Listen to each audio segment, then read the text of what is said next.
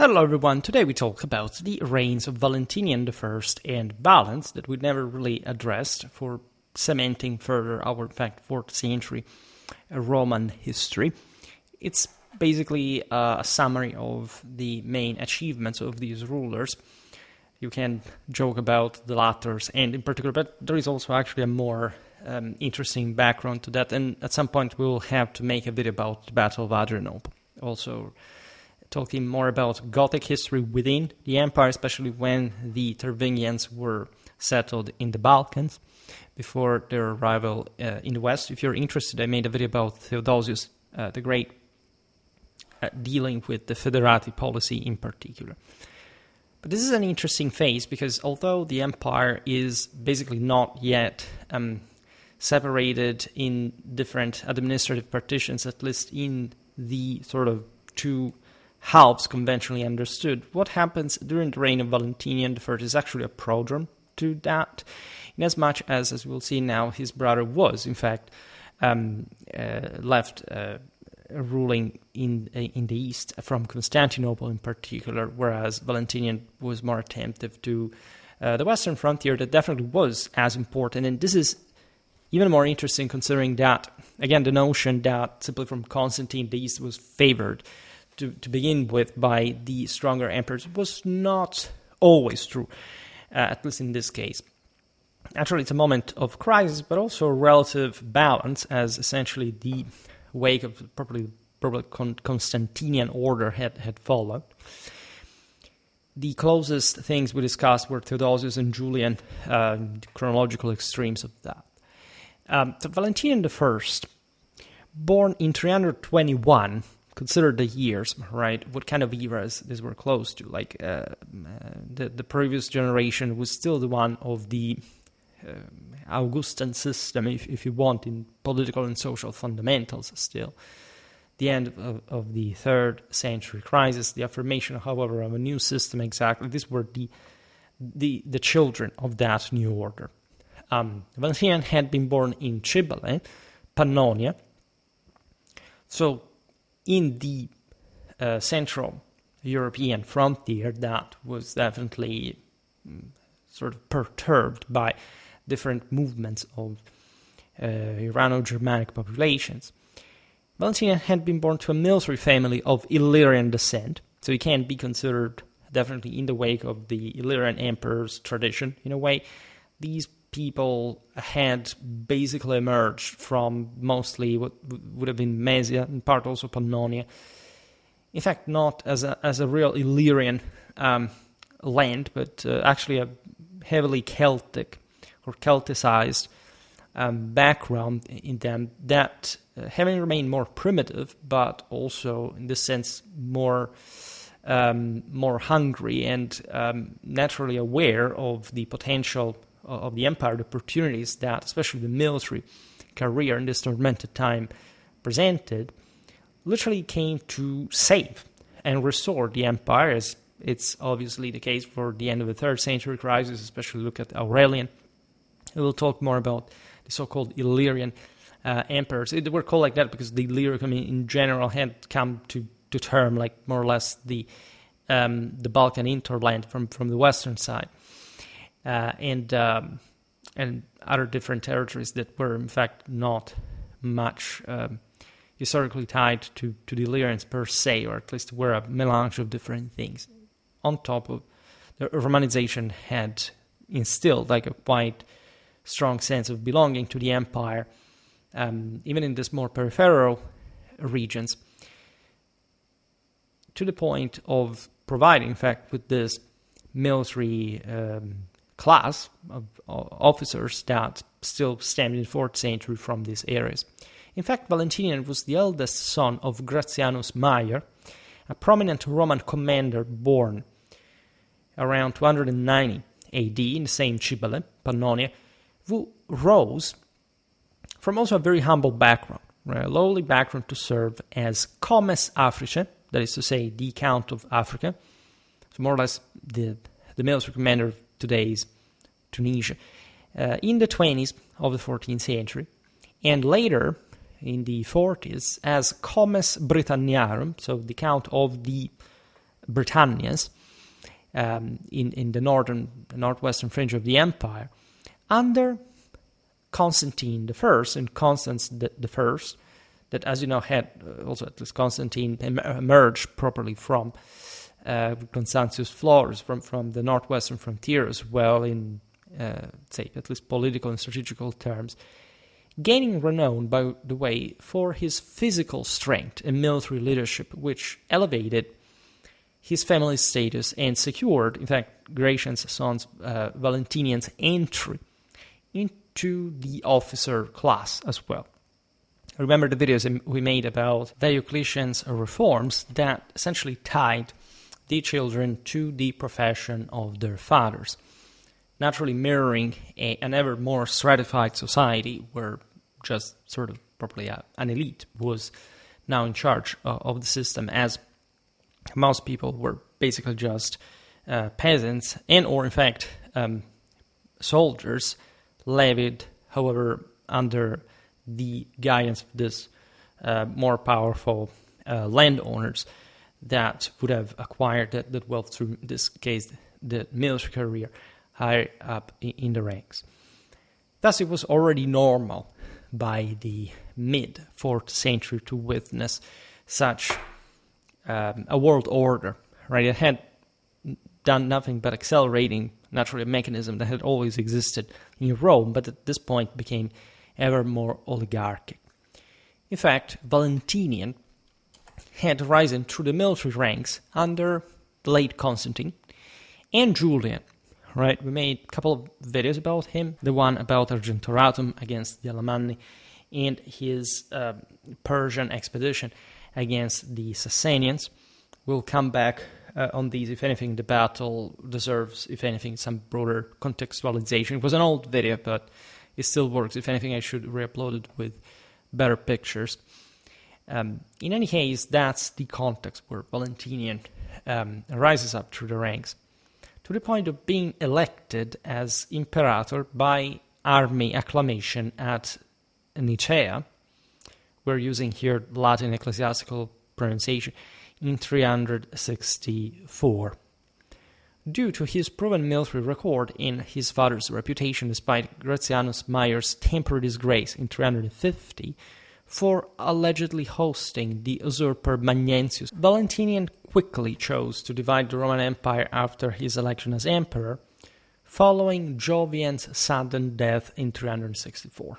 We will talk about this ruler, a Christian officer from Singidunum, so yet again a quote-unquote Illyrian emperor, who briefly ruled in 363-64 after Julian's tragic death in the aforementioned expedition against the Sasanians, chosen for his loyalty to Christianity, so as a reaction to Julian's sort of anti-Christian views, and thus also a compromise candidate among rival factions. At this point, Valentinian governed the West from Milan. I made a video about late antique Milan, its Celto-Roman past, as an introduction to the medieval history series, but we observed how this was for quite a while, by the way, at least the administrative capital of the fact of the Roman Empire by degree of importance. Even though, as you know, the official capital of the Roman Empire was always Rome. That was never really changed. From 364, Valentinian assigns the East, in broader terms, to his younger brother Valens, that had been born in Cibale in 328. Valens was a less experienced officer and fervent Arian Christian with no prior civil or military governorship, whose appointment as co-Augustus was secured by Valentinian I's authority and their father Gratianus Mayer's military connections, as Valens had served as essentially just a protector domesticus under Julian, but lacked independent prominence. This is important because I made a video about the late Roman protectores that are a bit of a underrated. I think it was the only one, it was last year if I'm not wrong, the only person on the entire YouTube to have made a video about the late Roman protectores. They were really impressive figures, by the way, so it's not to say that Valens, also because of the later, I won't spoiler the end until the end, but of course I'm talking to people who know the whole story very well, was actually competent, was actually someone who really had gathered important military experience, however, not a higher scaled one to claim some greater glory. And aspects, let's say, that really mattered in the late Roman world, where rulers were to be great and important commanders. There was, as you've seen also from this Illyrian background, a great legacy toward that direction. Besides, at this point, as you understand, the dynastic ties were important, but there had been an alternation of dynasties, and this naturally was not a great indicator of political stability, as the Roman Empire, as you know, also in the later centuries, never really had a formalized succession system.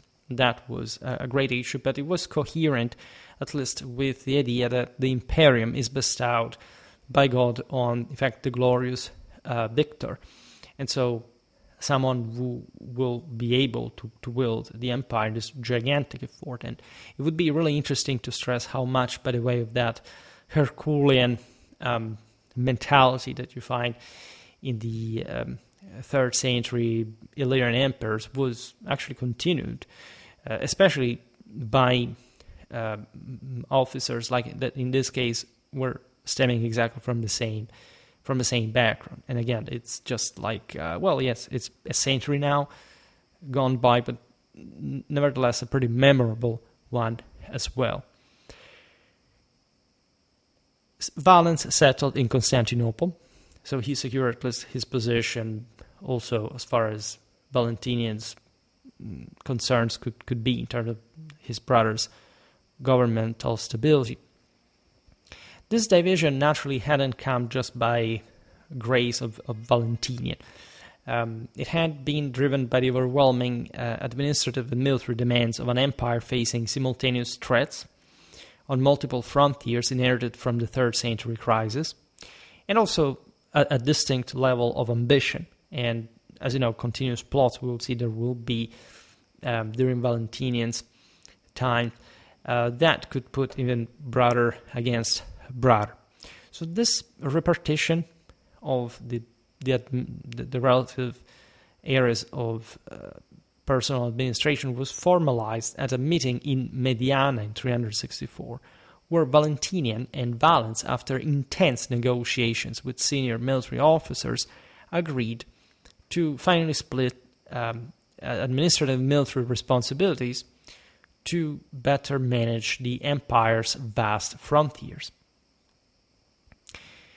In 367, Gratian, aged 8, Valentinian's the first eldest son, by his first wife Marina Severa, born in 359 in Sirmium, named after his grandfather Gratianus Mayer to honor the family's military legacy, and elevated to Augustus to ensure dynastic continuity, leveraging the prestige of his father's and grandfather's military achievements. Gratian was named 3rd Augustus and dispatched to Trier, Augusta Treverorum, to secure succession. This is quite fascinating because it shows not just a dynastization that will be reinforced further, but different levels of course, imperial power that are very consistent, again, with the aforementioned idea of traditional power and the fact that different parts of the empire could be stabilized merely by sending basically a scion of this powerful of the imperial clan, even just to one of the administrative sees, like in this case Trier, that, as you know, had historically maintained up to that point the prefecture of the Gauls, and a very important strategic center in Trier and Milan were in the west the most important ones. Gratian was betrothed to Constantia, daughter of Constantius II. The engagement was arranged in 370. Constantius II had been emperor from 337 to 361, son of Constantine I. As we've seen, Valentinian had ruled under him. Besides, Constantius II's daughter's marriage to Gratian linked the now Valentinianic dynasty to the Constantinian legacy at the time. So you can see here some kind of broader Constantinian continuity, if anything, also in the greater trajectory of an imperial control that was here, however, coming gradually less and needing to split in different chunks. This was definitely a strategic alliance to tie Valentinian's Pannonian lineage to the revered Constantinian dynasty, ensuring thus political stability in the West, even in now more deteriorated conditions. Valentinian, who ruled between 364 and 375, ascended to the throne at 44. As we've seen, he was essentially a Pannonian officer and a tolerant Catholic, given that the empire had been witnessing, as you know, a great deal of relative confessional instability. Nicaea had established the Catholic dogma of the church, but it had been even Arian emperors, such as Valens in the East, as we consider as such. It wasn't the only one. That had really been a political issue rather than a theological one at the end of the day. We will delve more into that. Being tolerant in this sense was essentially accepting that there was a higher, let's say, sense of universal order embodied naturally by definition by Catholicism that at this point wasn't really particularly challenged, all in all, just as much as Christianity had not really been challenged by Julian in any sort of undermining fashion. We will, if anything, talk more about 4th century Christianity because there's a lot to these backgrounds that get especially ever more severed from the masses to an extent. Again, power rests now largely in the hands of ever fewer people, and in particular, of course, within the imperial clienteles. Right? Valentinian was known for his vigor and integrity, but also for his erudition, which is relevant considering this Illyrian military background. This tells you, of course, how the provincial aristocracy, in a moment of definitive oligarchization, had been capable of educating itself. Remember that Gratian, Valentinian's father, was of a humble origin. Nevertheless, he had understood that naturally educating his own son was an important degree. Valentinian selected Ausonius, a renowned Gallic rhetorician from Brutigola/Bordeaux, born around the early 4th century, a poet and scholar that Valentinian appointed as his son Gratian's tutor in 366 to cultivate the young emperor's education and dynastic image, just like his father. Valentinian apparently even had a temper as well. It was a very energetic and, in this sense, also excessively so man. In fact, this behavior culminated in a fatal apoplectic stroke in 375 during a heated audience with Quadi envoys, triggered by the Germanic accusations of Roman treaty violations. This is interesting because, as we will see now, Valentinian would actually go at war against these peoples, but in part also for that, he basically got a stroke because of the, you can imagine the kind of conversation would take place in a quite frank manner at certain levels, and in such a delicate moment for the imperial frontiers. The quali are the same people of essentially today's Czech Republic, Austria, that had been harassing the Middle Danube from quite a while, bonding with also the Sarmatians and also other Urano-Germanic groups to plunder, in particular Pannonian, thus not being particularly liked by a Pannonian emperor. Valentinian worked to enhance conditions across social classes. This is an important aspect of his reign. We know this through the Codex Theodosianus that, as we will cite it later, provides us with specific information of Valentinian's laws. Naturally, this attempt of stabilizing the cultural fabric of the empire did not pass through the restoration of, civil liberties or the improvement of the average colonist in the empire per se, but rather by strengthening the means of control and, of course, also of general, therefore, justice, like how, punishing crimes, corruption, etc. And so trying to fluidify, to factionalize the system as it had been set, as you know, since mostly the reforms of Constantine from an economical and social point of view.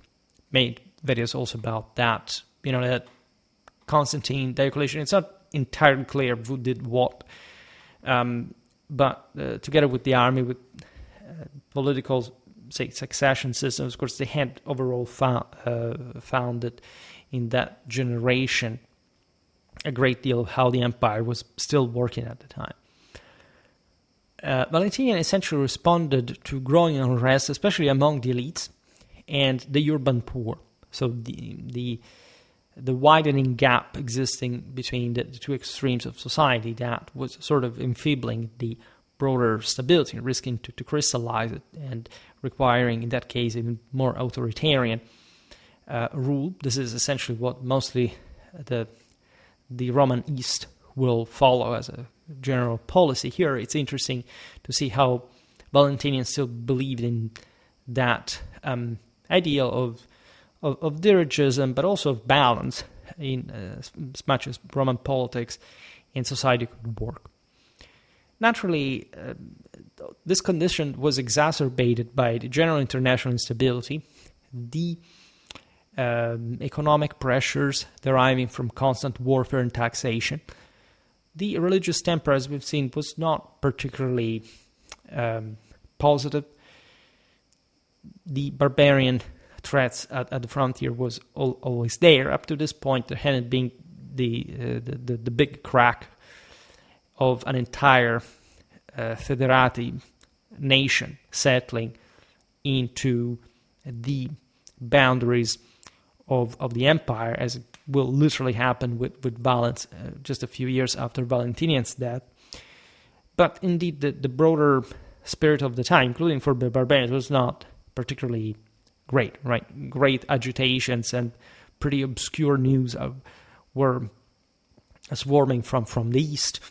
Many peoples were setting themselves in motion to escape the push and the slavery under others. To win Senate support, remember Valentinian is ruling from the west. Of course, Rome was still very influential. He created the figure of the defensor senatus. That is to say, an official that had to instantiate the senatorial demands and concerns to the emperor, watching over the integrity, the autonomy of the Senate in the imperial order.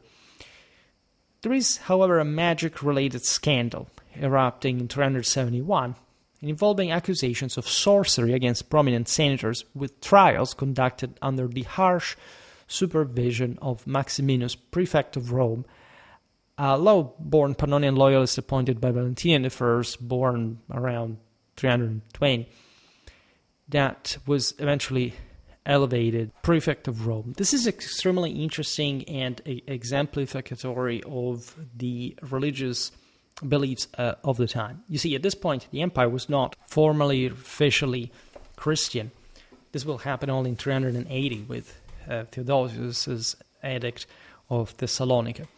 However, the idea that some illicit cults that at a point had, in fact, up to the Edict of Milan under Constantine, been applied also against had defined the same Christianity, triggering persecution against the same, etc., had always remained there.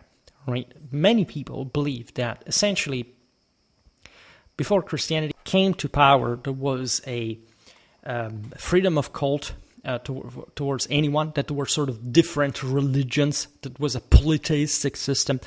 I'm not even going to explain for the umpteenth time, of course, how the two last definitions do not make any sense in history of religion, nor in the way they saw religion at the time.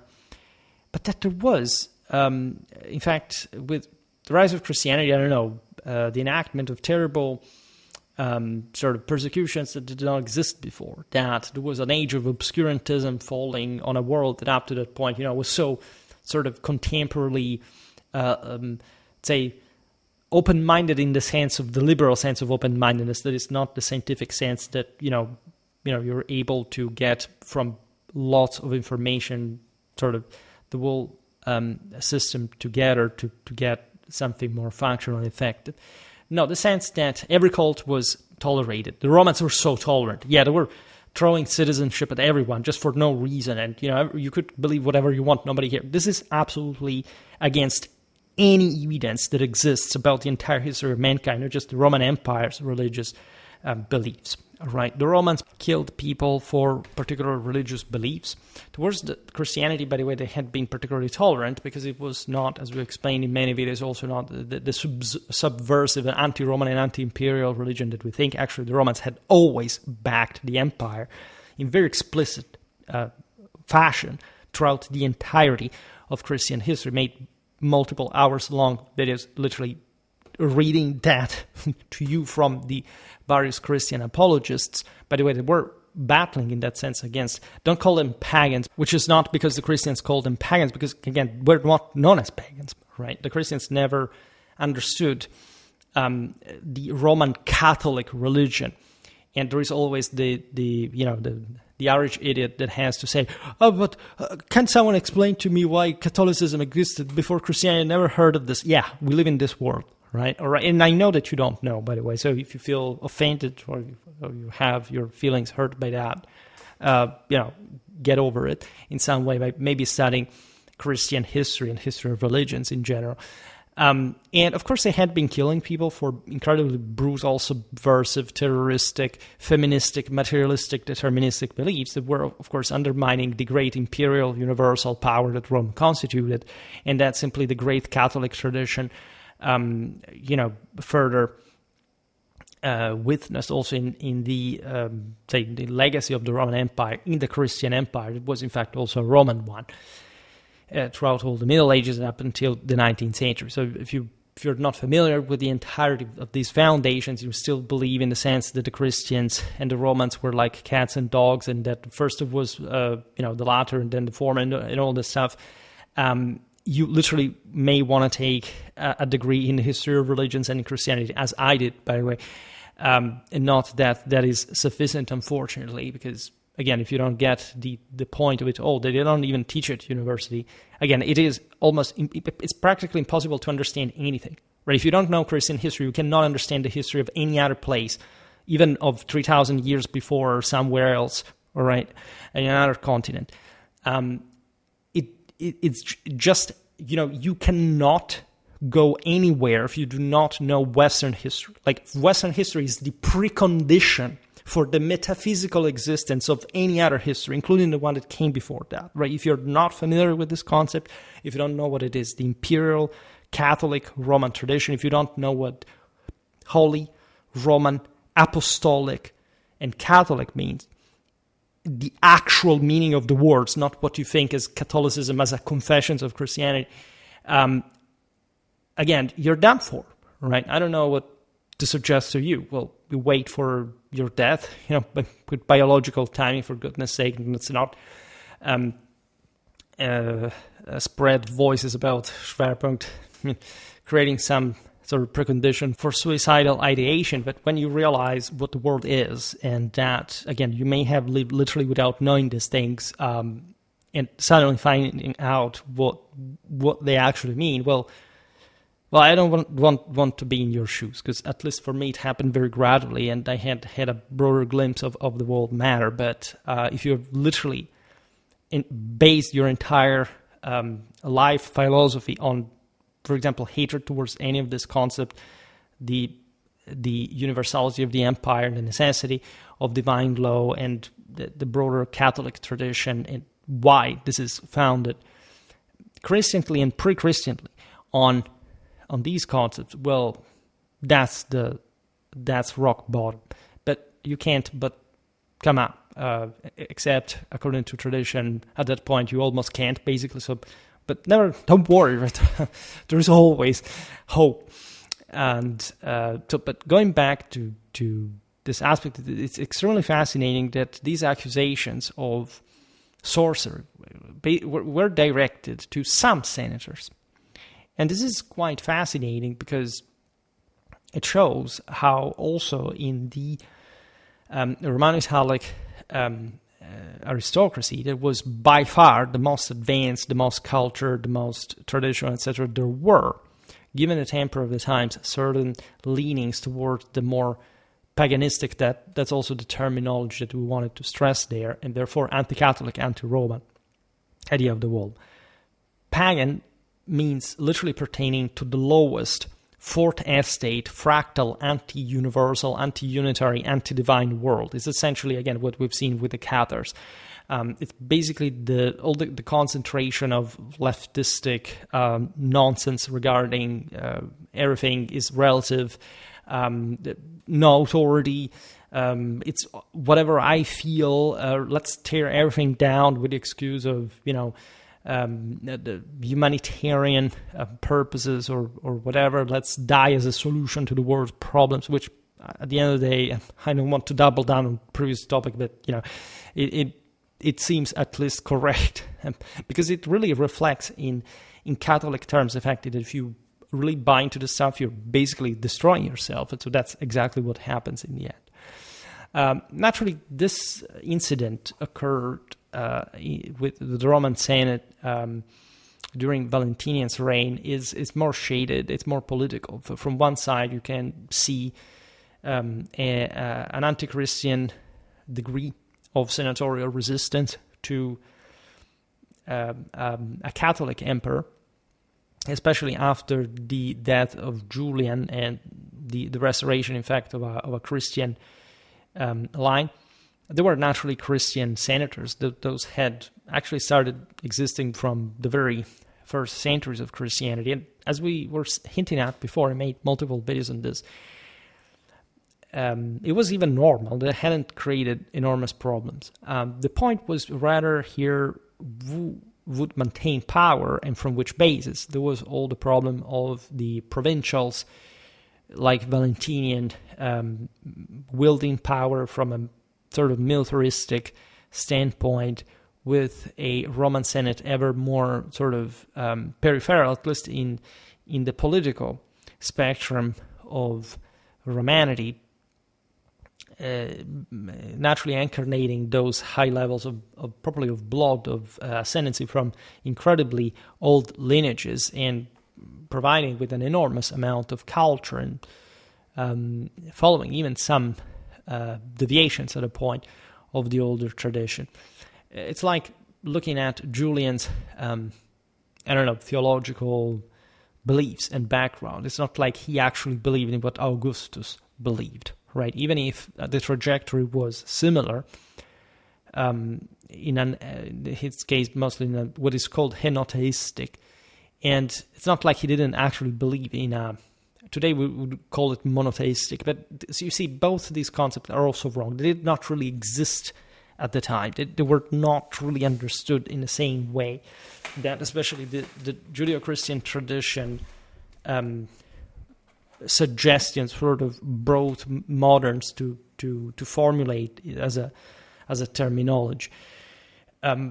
the same Judeo-Christian tradition was in fact perfectly aware that divine power, while say single, of course, could manifest in different forms. It was just absolutized, of course, in its totalizing dimension. But the same Augustus, the same Julian, even in the brutal difference from, truly traditional Italic background, essentially an Hellenized and Hellenistic, Neoplatonic, intellectualistic one like Julian's, definitely understood that was a single God, right? So this was not the point. The point was, as always, who wielded power and how was this power used for, especially against which target and which vision of the empire, right? And today we will not delve more in depth into this, also because we know actually a few about this mechanism, but we can understand essentially what was behind it. First of all, Maximinus, prefect of Rome, that carried out these very harsh trials against those senators accused of sorcery, was a low-born Pannonian loyalist appointed by Valentinian I. He had been born in the 20s of the 4th century, and he had been elevated from a minor legal official to urban prefect, the prefect of Rome, in 370 due to his loyalty and administrative ruthlessness, resulting in over 30 executions.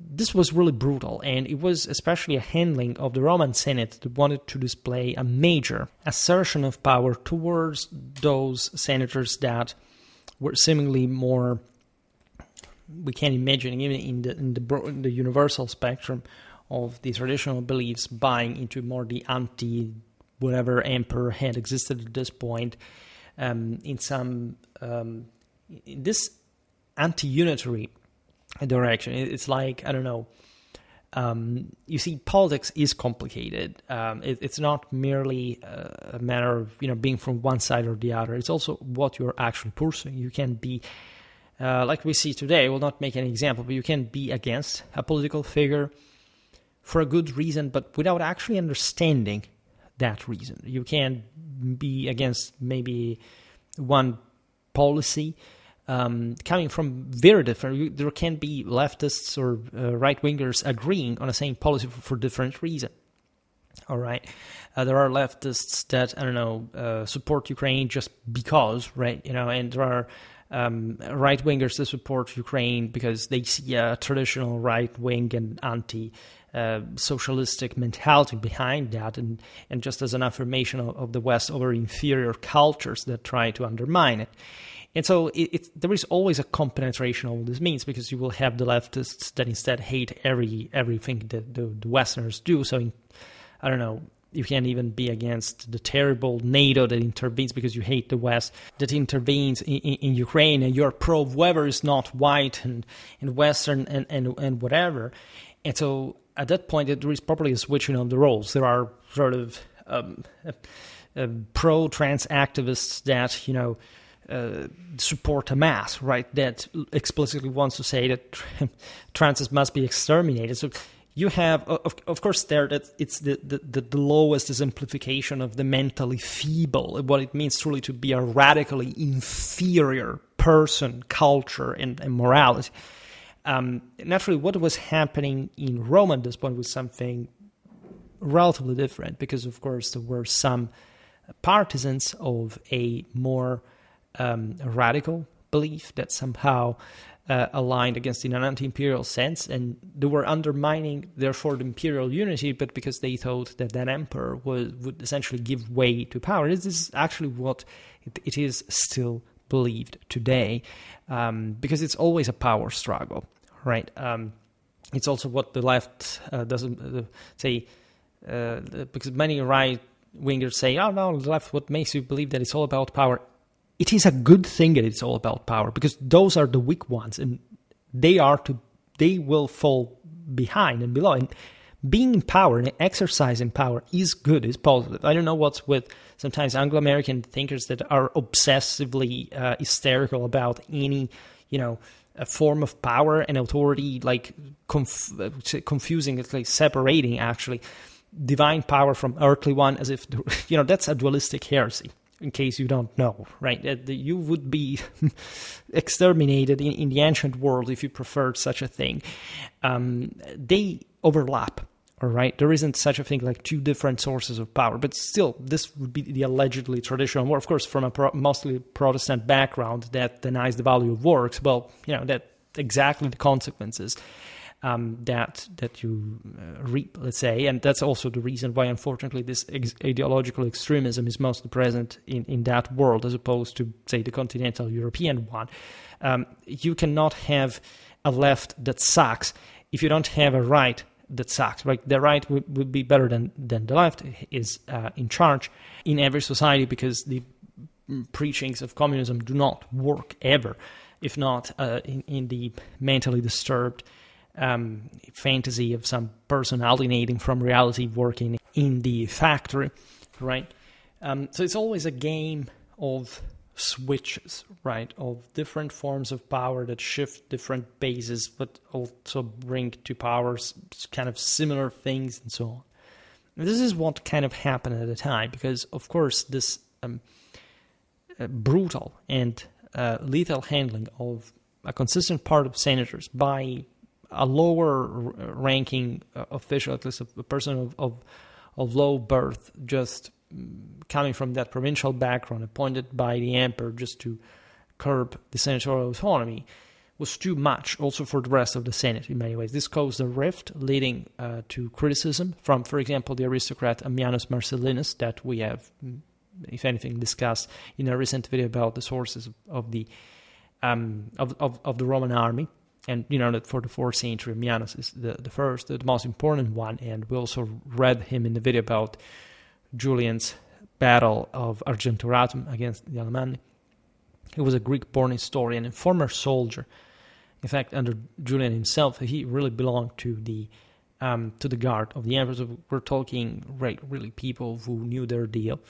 He was an Antiochian born around the 30s of the 4th century, and providing us essentially with a soldierly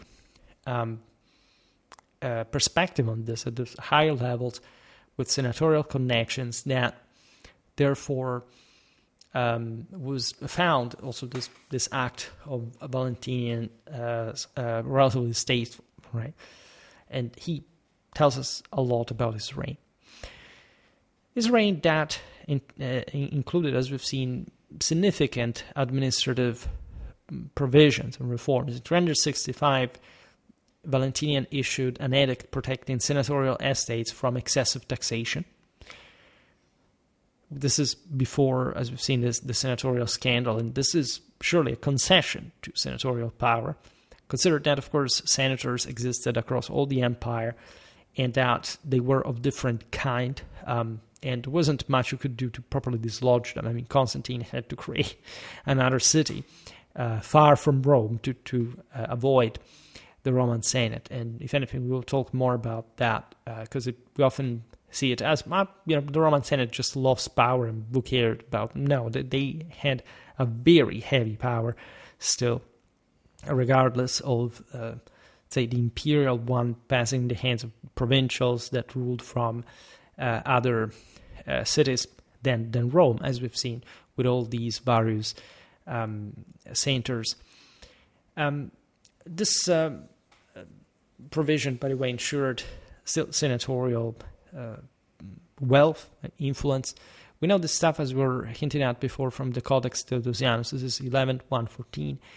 In 367, Valentinian established a permanent financial commission in Rome, staffed by 5 senior senators, meeting quarterly to review tax rolls and curb abuses by provincial governors, to oversee equitable tax assessments for senators, reducing arbitrary levies as well. This is the Codex 6.2.14, 6.2.15. This is also, again, very important because Valentinian was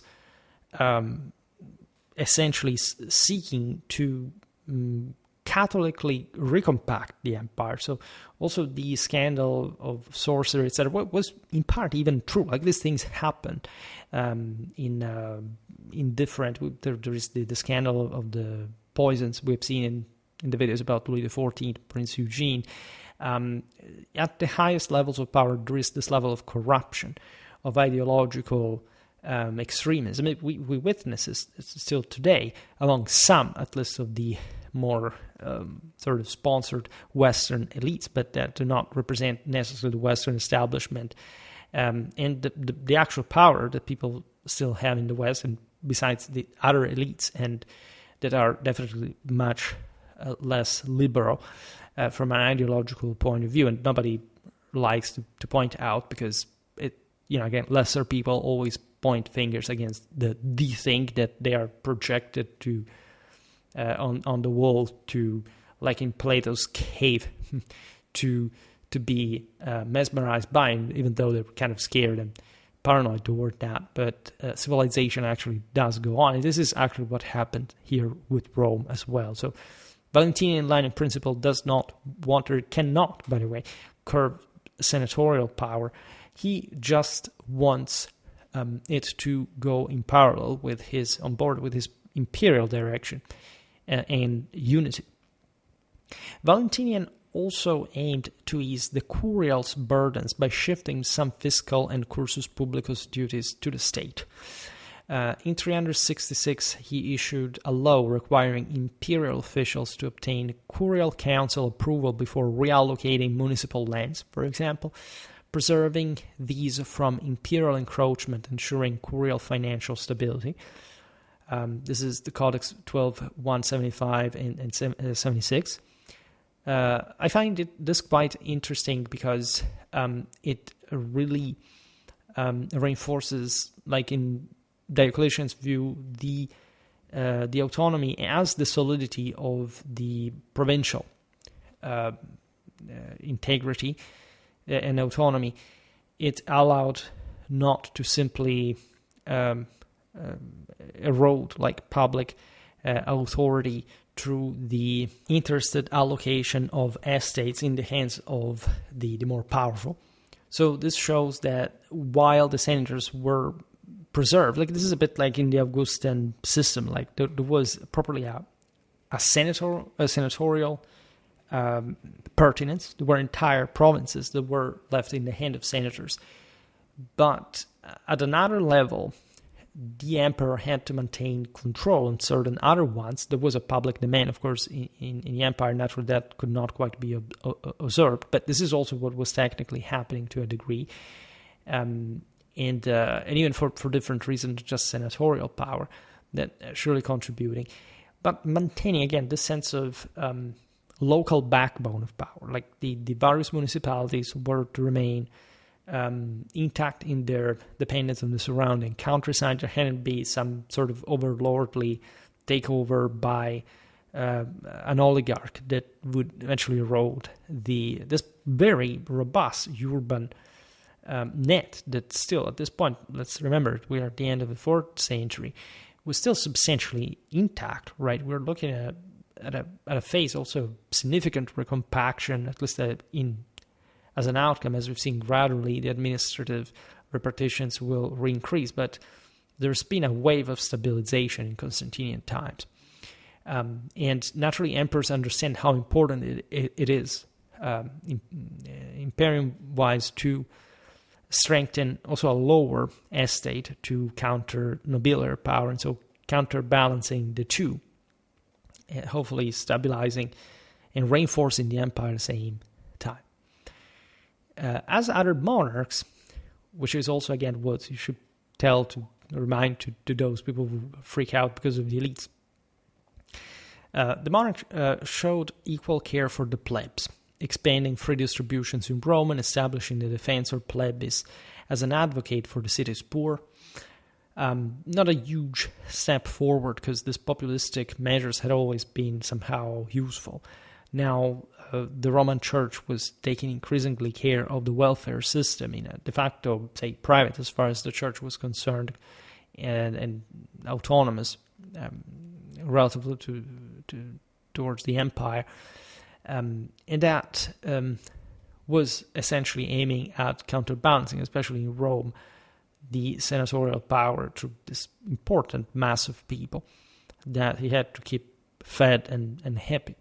It had always been a great issue also in Constantinople and the other great metropolises of the empire. By 369, Valentinian mandated free medical care for Rome's urban poor as well.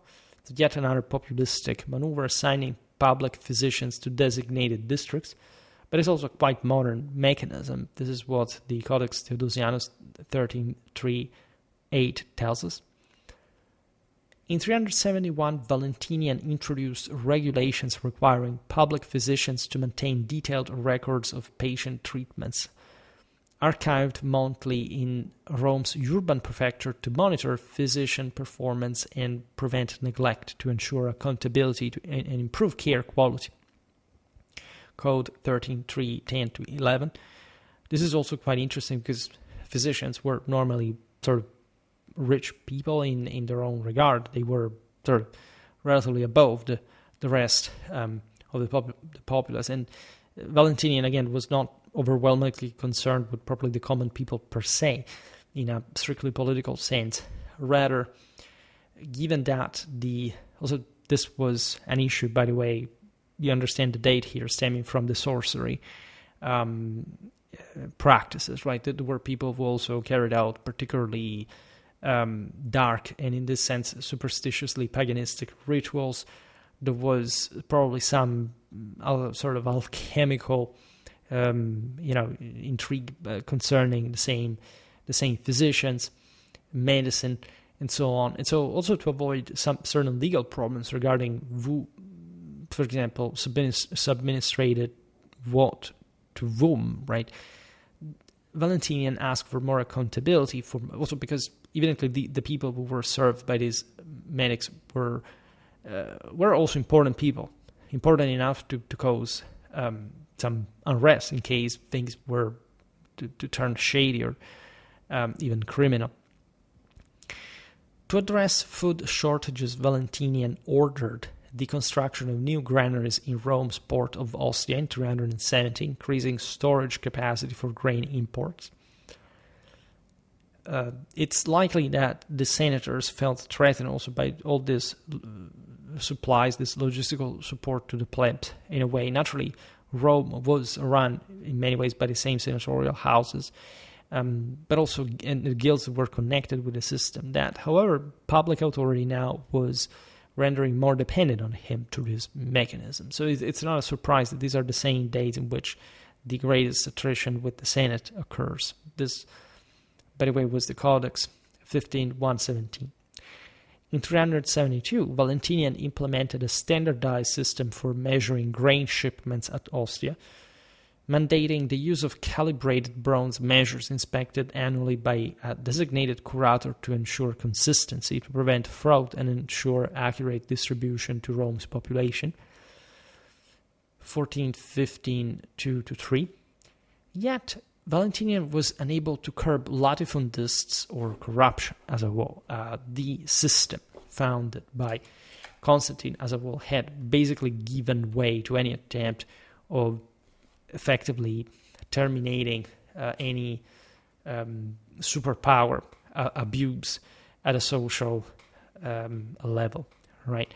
It's as if a big feudal system had now been ingrained in a society that was already just tidally shifting towards that direction without much that even a single ruler could do, if not favoring it further.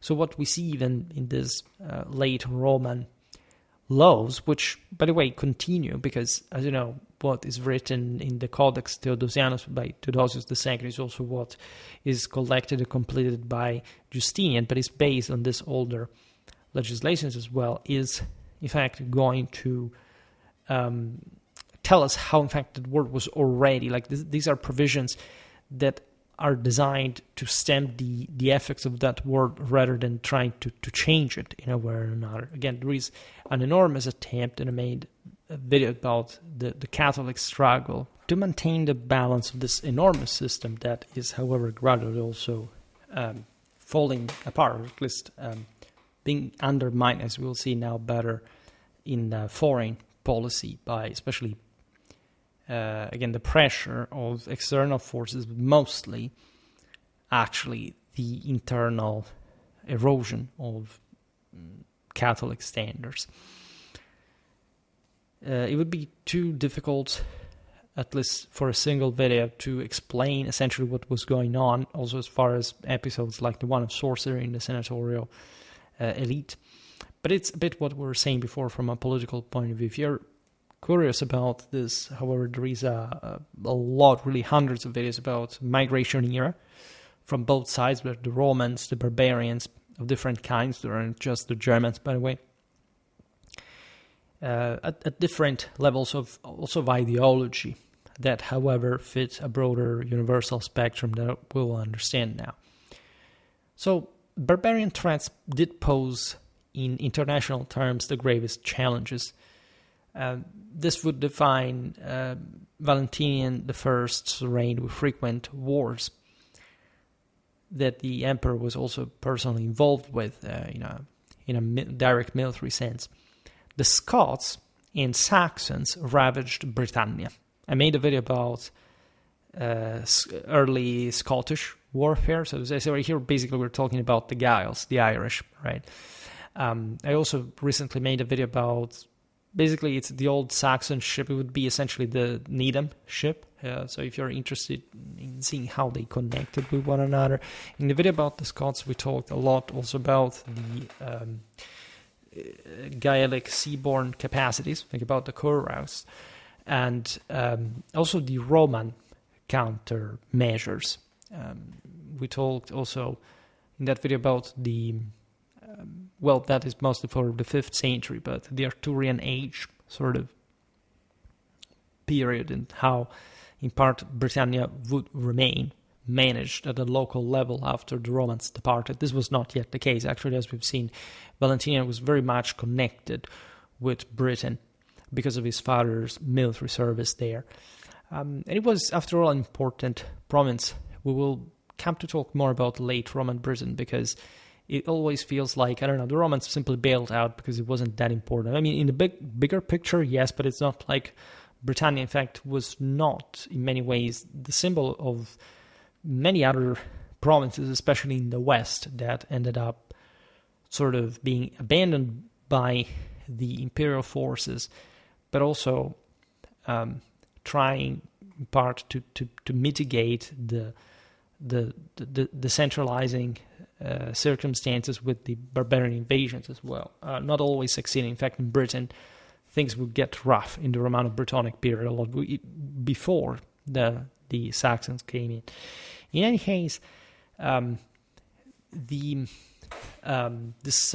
northern pirates essentially were among the least problematic enemies of Rome. They were really annoying. They really did cause significant damage, especially along the North Sea coastline. They also pushed beyond. Historically, the Germans had been at sea together with the Celts, by the way, and other populations, possibly even the same Norse. We don't know what the Atticotti, for example, were mentioned in this context, but they made leverage on the more complex sort of amphibious frontier of the empire. These northern raiders were, however, successfully driven back by Theodosius the Elder, a Spanish officer born around 325 in Cauca, Hispania, and known as Theodosius the Elder as, in fact, the father of the future Emperor Theodosius I. A skilled general already at this point, appointed Magister Equitum by Valentinian I in 368, and whose success in Britannia, in fact on this very occasion, stemmed from his tactical expertise and loyalty to the emperor. In 368-369, he in fact restored Roman control by repairing Hadrian's Wall and reestablishing forts at key coastal sites like Portus Adurni. The Celto-Germanic raids in the northwestern frontiers were what Luttwak would style as low intensity. Doesn't mean much as a term, but it renders the idea at some level. Naturally, the Hadrian's Wall, etc., any other defensive infrastructure was meant historically to function in the presence of a field army of some sort. And this is the greatest problem of the empire. Field armies are very costly. They are gradually anchoring themselves to the province, also falling, at least in collective professional standards, so much so that, in fact, the Constantinian reforms had essentially introduced a tendentially more effective mobile, but smaller mobile force, and essentially employed the rest of the army as a sort of landed militia, right? While it is true that the Limitanes in some cases were even better equipped than the Comitatenses, there is no doubt that on the longer run, things evolved along the more stereotypical pattern. Made a couple of videos about the fundamentals, so to say, of the late Roman army, where explained this. Valentinian I himself battled the Alemanni in Gaul, 366-374. This is quite relevant because we're talking essentially just a few years after the same Battle of Argentoratum that had dealt to the Alemanni a pretty heavy blow. This people was pretty courageous, pretty tough, pretty uncompromising with the Romans. It's not like they were necessarily less Romanized. On the contrary, the traumatically, shockingly effective Alemannic infantry charges owed a lot, not just to the Furor Teutonicus, but also to the important degree of Romanization that these forces really displayed, like with sort of more heavily armored breakthrough sort of spearhead forces, like heavy javelins that had the same degree of penetrativity of the Roman pilum, historically that had been partially abandoned, but in fact the Romans were going by different types of projectiles that were mimicked a bit by the same Germans, and they were also at some point exchanged. The Angon was a pretty interesting weapon, for example. At this point, the Alemanni are beaten again, because at the end of the day, the Roman army, especially at this point, has still all the numbers to kick ass, and they are the top military at the time. By the way, the Alemanni are slightly less sort of dynamic, tactically wise, compared to the Goths that we will see in a while. But even in the latter case, it wasn't such a majorly elitary reason why it defeated the Roman army in Adrianople. If anything, it was just a very poor performance of the latter.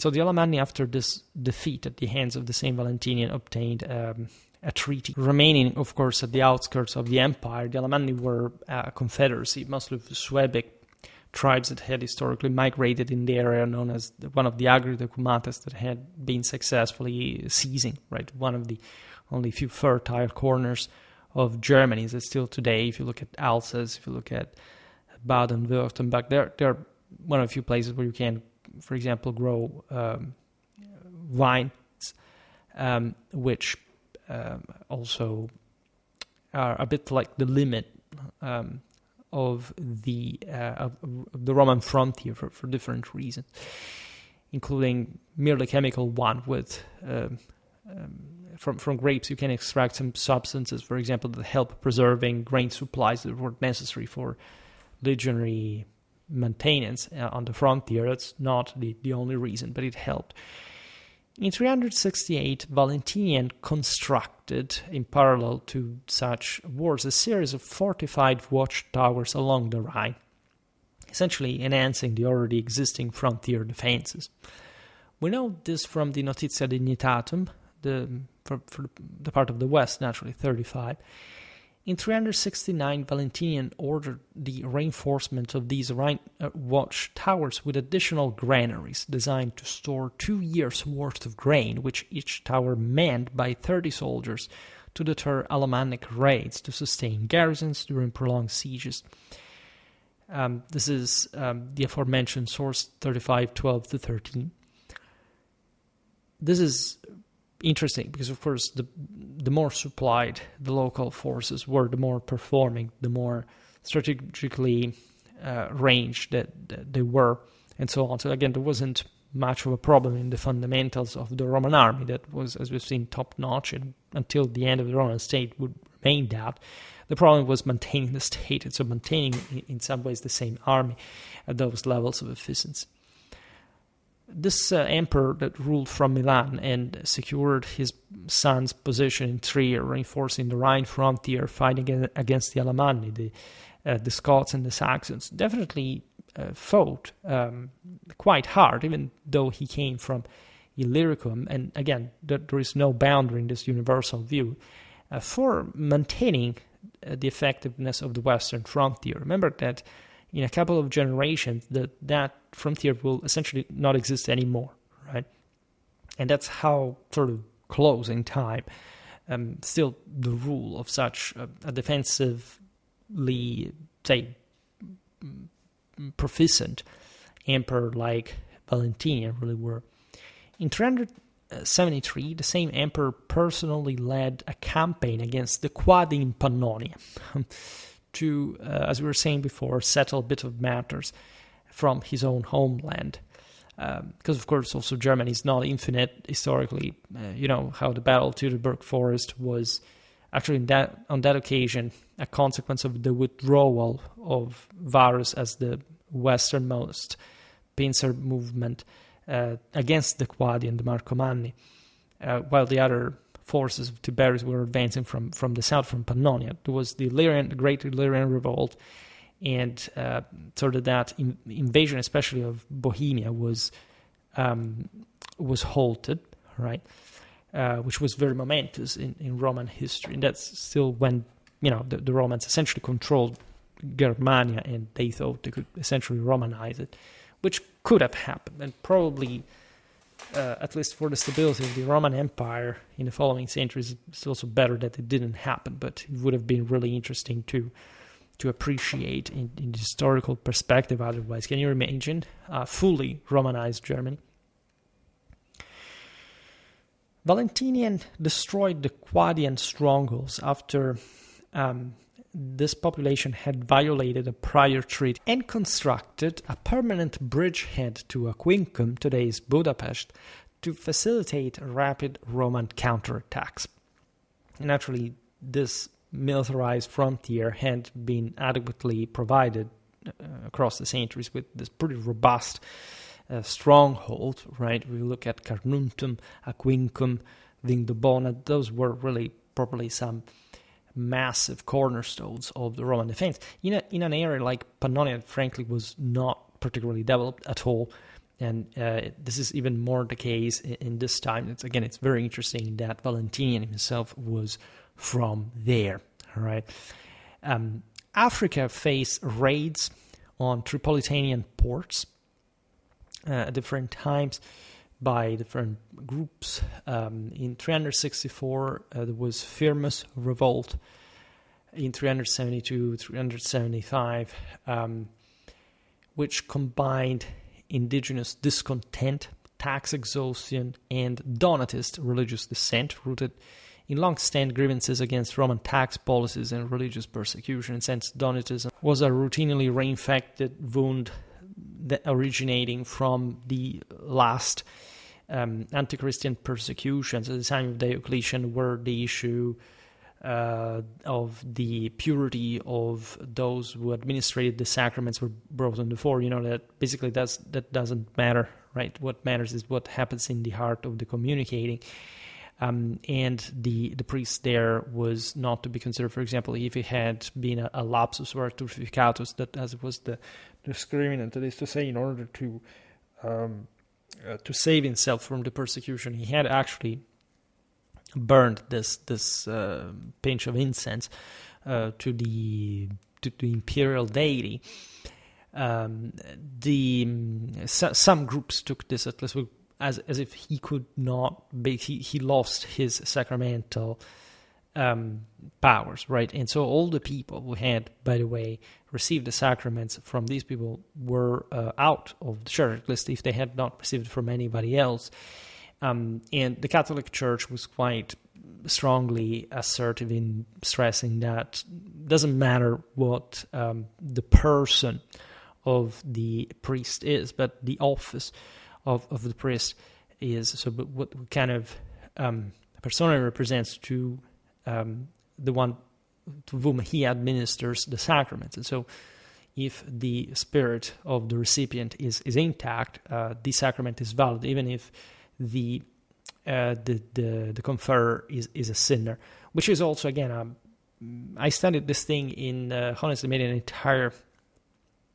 I took an entire class at university about the Donatist heresy, etc. But it was mostly also social phenomenon, as we were saying before, also for Arianism at the imperial level. In this case, Africa witnessed, by the way, as a very developed province in Roman times, some also major social divides, and so the circumcellions, there were different sects within this, but the most extremistic Donatism translated itself in violence, in bands of brigands, basically destroyed the latifundia, occupied them. So again, it's always the same communistic or rebellistic kind of attitude, compounded naturally by other issues, because Africa, Tripolitania were, if you look at the broader landmass of the empire, minimal.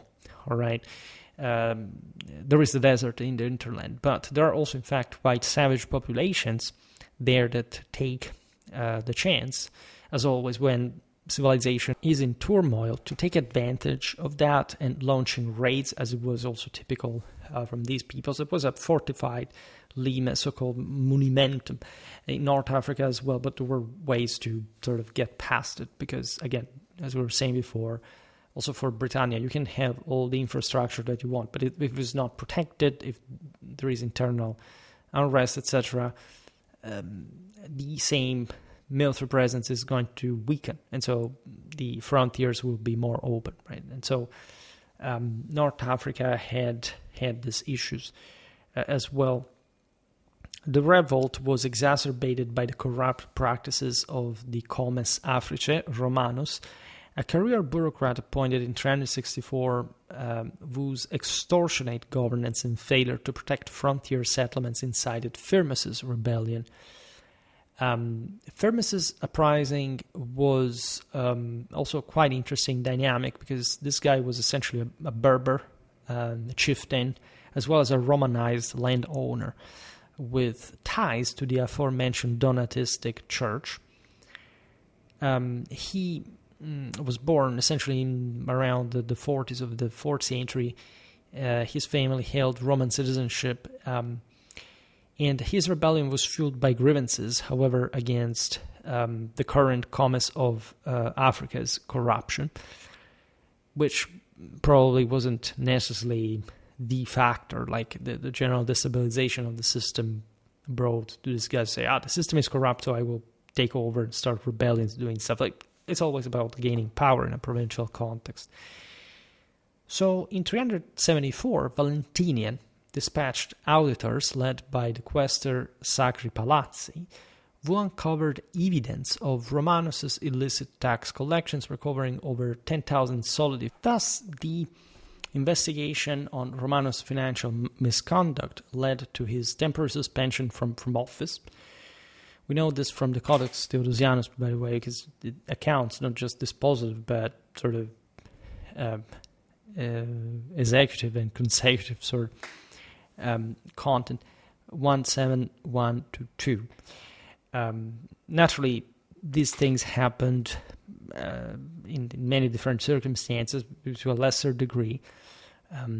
Yes, the one of Romanus is a pretty good example of both the sort of most troubled regions of the empire for different reasons could turn out to be. Also, again, today we do not talk about the career officials in questions and their intervention. Say the obvious cooperation already exists in between the military and the administrative side of the story, which is actually a very interesting topic. It intertwines also with the affirmation of the church at the administrative level in some ways, and that's in part like why Africa was so troubled given the Donatistic heresy.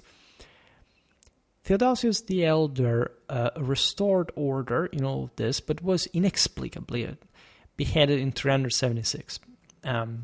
This sentence was ordered by Gratian, and it stemmed from essentially court intrigues, false accusations, seemingly, of treason by jealous rivals, not exempt from issues, definitely, of power like the ones we've seen just for the Count of Africa, reflecting in general the precariousness of favor in a court life with factionalism. The empire had changed from quite a while. There is a court proper in a broader sense, panegyrics, and ever more sort of crystallized representation of power, and fewer faithful, that are entrusted in with larger amounts of power, and this naturally increased sort of plots, as we've seen there. This is the word of the protectores, of a more sort of also militarized space in terms of the local comitatus, the local sort of courtly retinue that fundamentally the emperor ruled administratively, both in military and civil fashion from the top of in this itinerant seas. In all of this, the East, as we were recalling at the beginning, was under Valens, who ruled between 364 and 378. In this part of the empire, actually things were even more perturbed, as the emperor's Arianism alienated Nicene Christians, fueling unrest. We will not digress in the usual comparison between East and West, but consider that, of course, the East was more theologically dynamic, and in this sense also problematic and at some point violent and disorderly. The Eastern crisis appeared, in fact, both more intricate and less critical than the West's. A proof, by the way, that as we, in fact, often discuss in those kind of videos, I'm trying this not to be one of, that the difference between the two halves of the empire was not so, in terms of political stability, so radical, all right? They were incredibly different lands, right? But the notion that the West had to simply evaporate and that the East was so much advanced and whatever is actually under scrutiny not really holding up as a general theory. And both sides went through pretty similar dynamics in pretty much the same years. An usurpation by Procopius, a maternal cousin of Julian, and former senior officer under such emperor, complicated in particular the reign of Valens. Procopius rose to prominence as a notarius under Constantius II. He was also, from his background, born in Cilicia around 325, so he was a Levantine himself, and he declared himself emperor in 365, so just 1 year after Valens's installation, exploiting his dynastic ties to Julian in order to bolster his legitimacy, in fueling Valens's religious unpopularity due to the doctrinal issue. The revolt, by the way, broke out in Constantinople in 365 proper, carrying political and religious implications with them. The masses were, especially in these more active centers, or urban centers of the East, in a mob and populistic fashion, quite galvanized by, in fact, the various disputes reaching to pretty violent extremes ideologically. Every chance was good, of course, to make a mess and sort of trying to profit from the disorder in the aftermath. Procopius exploited the situation, gaining temporary support from the Gothic auxiliaries as well. All right, this is fascinating, by the way, because the Goths at large were kind of Arian themselves, and so it just shows you how there wasn't actually much of an alignment simply based on that. The Goths, if anything, wanted to break through the empire and gaining under a complacent commander more, like to plunder, to abuse of their power, as some groups, as we will see now, had already been settled from on the right bank of the Danube in the Balkans. In 366, Valens responded by issuing a decree confiscating properties of Procopius's supporters, targeting over 200 estates and redistributing them to loyalist senators to bolster his regime, to deter further rebellions, by the way, at the same time. We know this from the Codex Theodosianus 5123. Naturally, this was a radical choice. It triggered further unrest, probably also triggered some level of banditry, because not just Procopius's forces were sort of disrupting, but the entire political stability and social fabric of different areas. But, of course, Valens's confiscations did not particularly help. On the other hand, it shows you how more authoritarian and dirigistic Byzantine power had been established already. The alienation of land from prominent families and their redistribution to more loyal senators is part of a sort of greater leverage that historically the emperors ruling from Constantinople had, right? Since Constantinian times, the senators were basically of Byzantium were essentially chosen in much more direct fashion than anything that had happened before. As we've seen before in Rome, senators belonged to the oldest families in the empire, were incredibly noble, powerful people who wielded power. In Constantinople, the senatorial elite had literally been made up by Constantine. There was essentially an administrative, almost clerk-like background. The senatorial appointment, of course, brought to the enrichment of these figures, but in a way that could be sort of still better balanced, right? And even though this would turn to be some sort of aristocracy, it was much less powerful, especially as far as the individual senators and their clienteles than the ones in the West. In part, in fact, this compounds the crisis, at least at this point, because the malcontent is more generalized to a degree, and especially as long as Valens continued in his Arianism, which seemed sort of strange. Like, from one side, he was supporting Arianism, but his enemies could make leverage on the Goths that were Arian themselves, and so fueling anti-Arian hatred among the population at the same time. That tells you again how hypocritical and sort of politically intricate reality actually is. Military issues were paramount due to the simultaneity with the aforementioned banditry and general frontier crisis. In fact, aside from the Goths, war with the Persians resumed in 372-73. Valens secured a favorable treaty with the Sasanians in the second year, ceding only minor border territories, but still, right?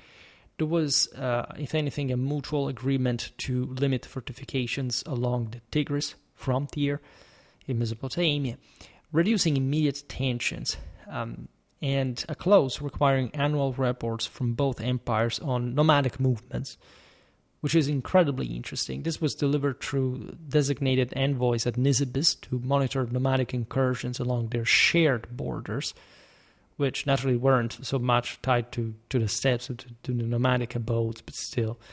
This is told to us by Zosimus in the Historia Nova 4:13-1-3. And it sort of highlights how the eastern half of the empire was already starting to reason in Pontic, Middle Eastern terms, with a particular eye at the steppes in general. And so a coordination between the two empires in terms of who was out there on the frontier, regardless of the deep hatred that existed between the two sides, still mirrors some aspects that the eastern half of the empire had in common also with the Sasanians, also because they were incredibly close in a cultural sense. At least they were incredibly mutually influencing one another. Valens did not naturally shine on the eastern frontier either. He was, however, in trouble. In general, his health had suffered consistently, so a prolonged war with the Persians was prohibitive at that point. Valens and Theodosius the younger son, as we've seen, of Theodosius the elder and future emperor, born in 347 in Hispania, elevated to military command in 374 to his father's reputation and his own early successes against barbarian incursions, defeated for the Valentinians the Quadi and the Sarmatians in 374-375.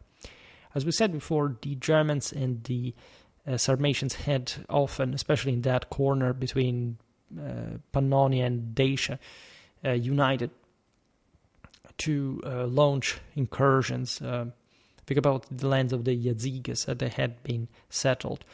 Dacia, as you know, was no more, right? The only piece of Roman territory with that name was actually now from the right, the southern side of the Danube, as basically the Romans had sort of brought some nominally a province of Dacia just in the south, having basically abandoned the Carpathians, whereas, you know, the Goths, especially the Tervingians, had been infiltrating. We will see now what they did, and as you know, I've made multiple videos on the Goths. In general, as you know, that frontier was ever more turbulent, and the Romans at most could, as Constantine, for example, not only him, across these generations, launch some devastating attacks in the now, in fact, effectively Gothic interland, Gothicized, Germanized interland from a Daco-Roman past, to literally send these guys back to the Stone Age. It's a bit like how during the 3rd century, like, the Caledonians had been wiped out, and after a few generations, like the the new people growing from the desertum, as the Romans called that after they made it, were called with another name, that is the Picts, right? So it's not that the Romans were particularly tender-hearted. However, also the guys from the other side shared this kind of feelings, especially when you realize what they had gone through. And the Gothic experience, especially, actually the Tervingians were successfully escaping the pressure of the Huns, the Greutungians, so what you would imagine as later becoming the Ostrogoths, imagining literally because it's a more complicated thing than it sounds, but, you know, were properly overrun by the Huns, and we know nothing about them until basically Theodoric the Great, when they recompacted after the end of Attila's reign. It's not like we don't hear anything from them, because, as you know, during the Battle of Adrianople, among the, by simplicity, let's call them Visigoths other than Tervingi Goths, there were some Gothic cavalrymen that apparently were, Ostrogoth to Greutungian cavalrymen that were tougher. They came from the more the steppes, right, from essentially today's Ukraine. They were Germanic, as a matter of fact. They were not nomadic people, but they had been heavily impacted by Iranian horsemanship, so technicalities and more, to the point of naturally having a pretty performing cavalry. And the Tervingian Goths, in particular, were worryingly amassing across the Danubian frontier. They required constant vigilance.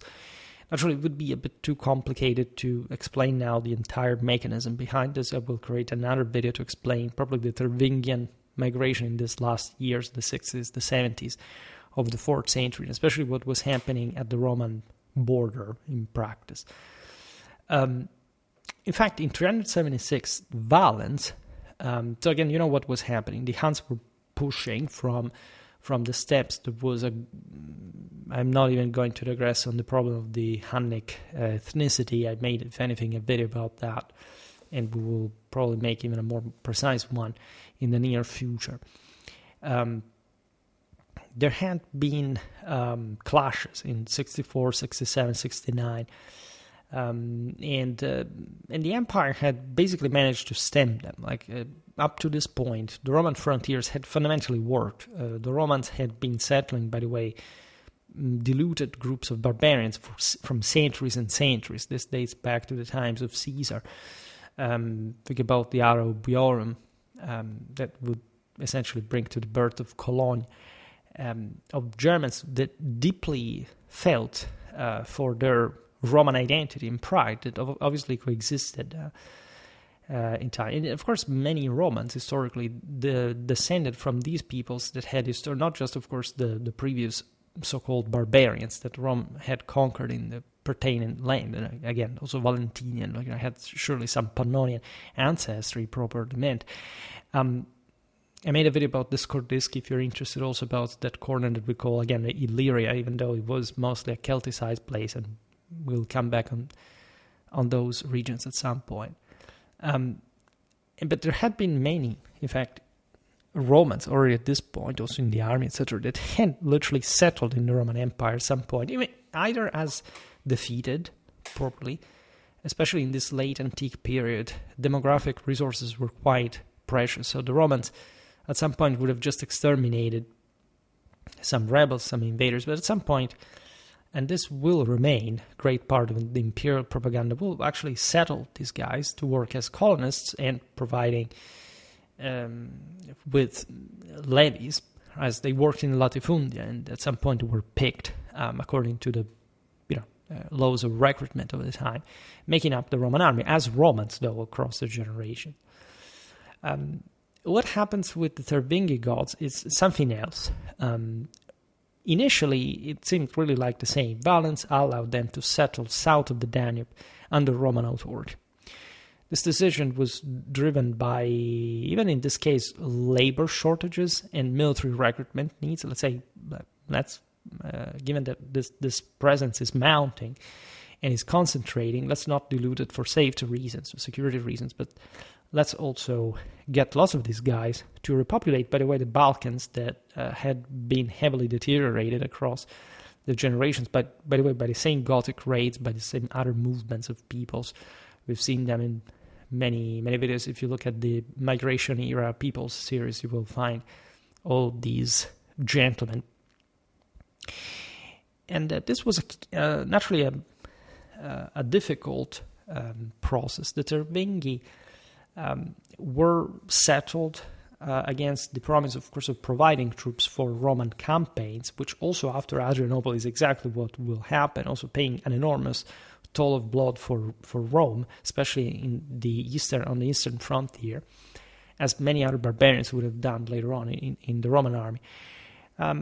With, of course, the Tervingian Gothic leaders swearing loyalty to Valens, right? Today we don't talk either about the concept of the empire and how it was partially shared by the same barbarians that were not just coming from a place where they did not know that the empire existed or not, especially the military career, and so the possibility of augmenting your metaphysical condition through self-sacrifice in holy combat was a primary element of syncresis, especially between the Romans and the Germans. I made an entire video dedicated to this. We also made a more sort of theological, religious one, explaining how, if you read the Roman authors like Caesar, Tacitus, Vegetius, you can notice how, even in their description of the barbarians and knowing more or less also what was the sake of sort of Norse Germanic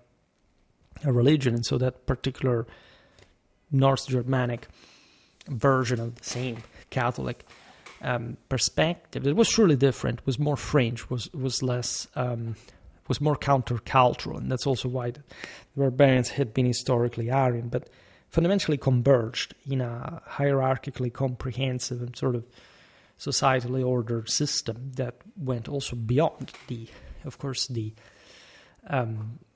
borders that didn't even technically quite exist in a conceptual sense of the Roman Empire, right?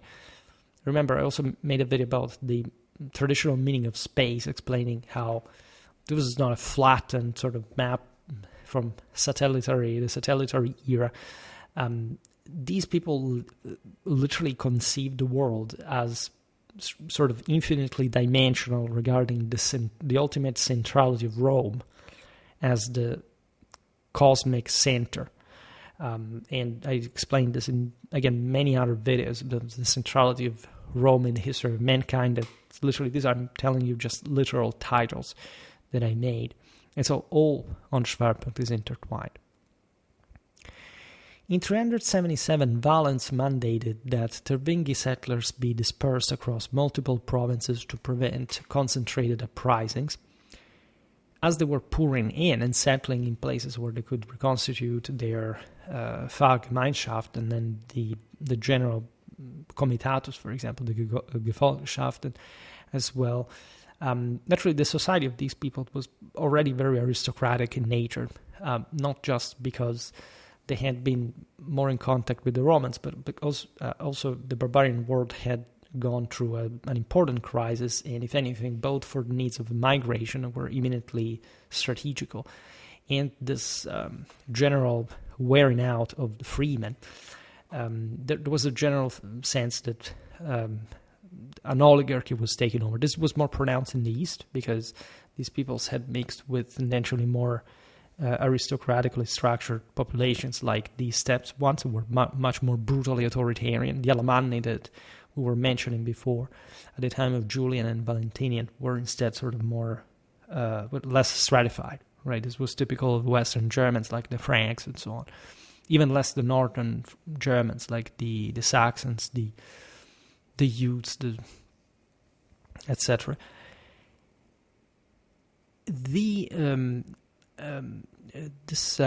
This recognition of imperial power is naturally fascinating, but it's also measured through the force of arms. From the Codex Theodosianus, for example, 7.1.18-19, we know that each settlement of Tervingians required to supply 500 recruits annually, which was actually a big deal, right? A pretty heavy condition to live in the empire, right? With exemptions granted, if anything, to those providing agricultural labor instead, right? By the way, these Visigoths, de facto, will be created as a fully fledged people in the moment in which we have seen it already in the video about Theodosius, were literally established in the Illyricum. Poor Illyrian emperors in that regard, but actually in this more also southern part, like closer to the Aegean, as properly substituting the Roman provincial army there as a field army proper, so getting the annona, essentially the same means of supplies of the Roman army. Naturally, also those places had been heavily degraded, but there were still fully standing urban centers that were in fact not happy at all that the Goths were settled there, and so it was a pretty tremendous moment for different reasons. Also in the West, of course, all the opponents of different rulers practicing this policy were saying, but we let the barbarians in. So this is a bit of a problem also between Theodosius, Ambrose of Milan, all videos that I covered, topics that I covered in other videos. We could really discuss this at length. There was a lot of tribute. Many of these Gothic leaders were to essentially surrender their children as hostages at the Constantinopolitan court, which was not a bad upbringing. Alaric was a testament to this. Also, Theodoric the Great later would be similar, and this was a way to, of course, acclimatate these barbarians to properly Roman politics, customs, laws, and education, the language, if anything. This would facilitate their assimilation, their integration. If it wasn't for the fact that, of course, in 378, a big blow is suffered by Roman forces. Perhaps not such a big one as it's been described, and we will, if anything, briefly comment now on it. But Valens suffered defeat and death at Adrianople. This notorious clash was the first major Roman loss since the 3rd century, and a bit of a watershed in sort of historiographical didactic sense, right? The Constantinian era seemed to have come to an end, literally also through this secondary bloods of the same.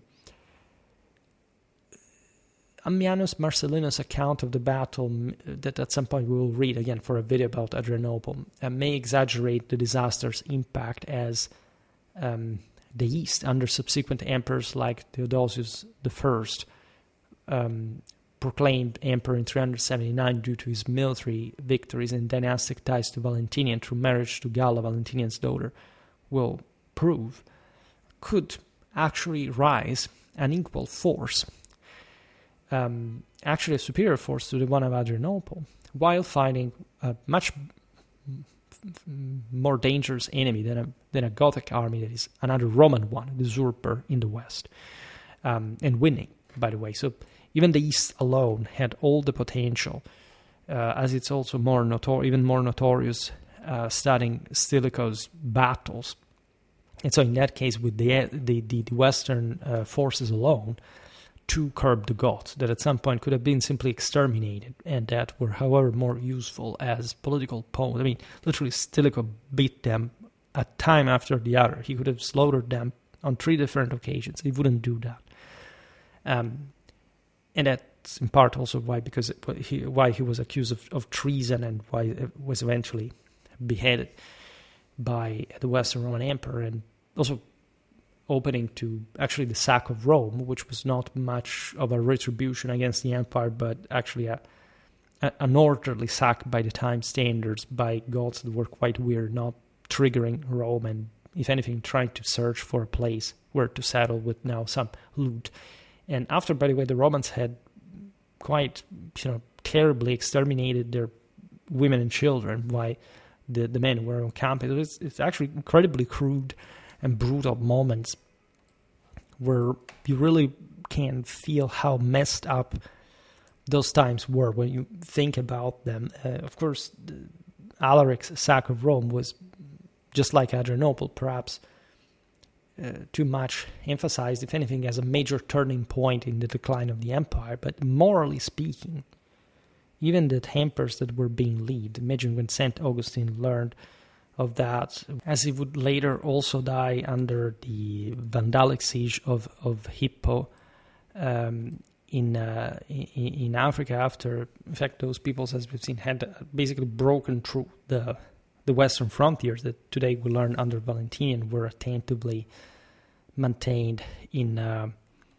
good shape, so to say. So it's again an incredibly difficult time, as well as a big question mark on the entire picture and how we see this, right, and how we really approach times that would have definitely more meaning had we lived them with the same, especially level of anxiety and sort of terrifying expectation of the incumbent end of in fact, in a time of apocalyptic metaphors and suggestions, right? Obviously, that didn't quite happen, but in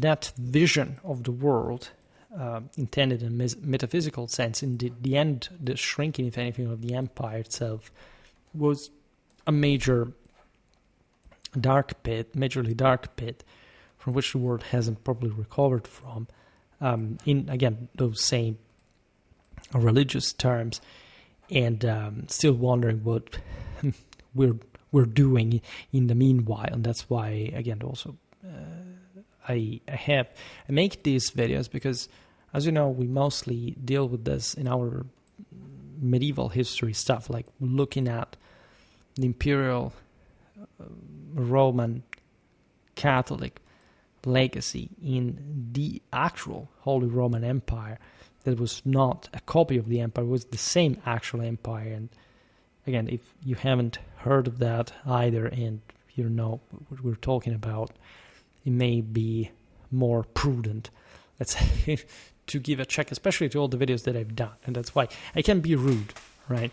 Just like before I said, well, words that I think at some point come up naturally because, like, say, talking about this stuff for hundreds of videos and still having people asking me what it means is the measure, say, the proof of what I'm actually reiterating in such statements. Like, say, this is an actual problem, right? This starts from the people. It doesn't start from a singular interpretation. This is, let's look at what the world actually was for them, and let's try to understand also why that was the case. It seems to me the most objective way of going, the most obvious explanation of the war. Naturally, there is a lot incoming. As a whole, our videos are always well paced and structured, and again, I have achieved an incredibly larger amount of productivity, if anything, of stuff really related to probably I have at this point too many videos in storage that I can use as reserves, strategical, or better tactical and strategical, of course, at the same time, reserves to throw in the meat grinder, especially when we will peak again in September, as it's always the case, and at that point I count on really throwing in the specials and creating an explosion of views. Who knows? Maybe it won't happen.